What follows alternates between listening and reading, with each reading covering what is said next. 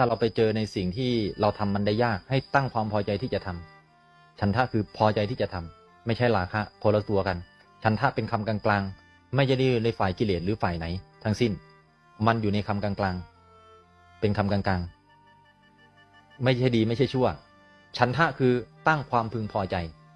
ที่จะทำสิ่งนั้นหากเราต้องการอยากจะให้ทำสิ่งนั้นสำเร็จตั้งความพอใจที่จะทำมันแม้สิ่งนั้นเราจะไม่พอใจแต่ให้ตั้งความพอใจที่จะทำเข้าใจไหมไอ้ความพอใจเนี่ยไม่เกี่ยวกับเราจะพอใจไม่พอใจแต่ตั้งความพอใจที่จะทำนี่คือฉันทะถ้าพอใจจึงทำไม่พอใจจึงทำอันนี้จึงเป็นราคะเนี่ยพอใจแล้วทำไม่พอใจก็ไม่ทำอันนี้คือราคะแต่ฉันทะคือพอใจก็ต้องทำไม่พอใจก็ต้องทำนะยิ่งไม่พอใจนั่นแหละยิ่งต้องตั้งฉันทะที่จะทำถ้าพอใจที่จะทำแต่ไม่ตั้งฉันทะที่จะท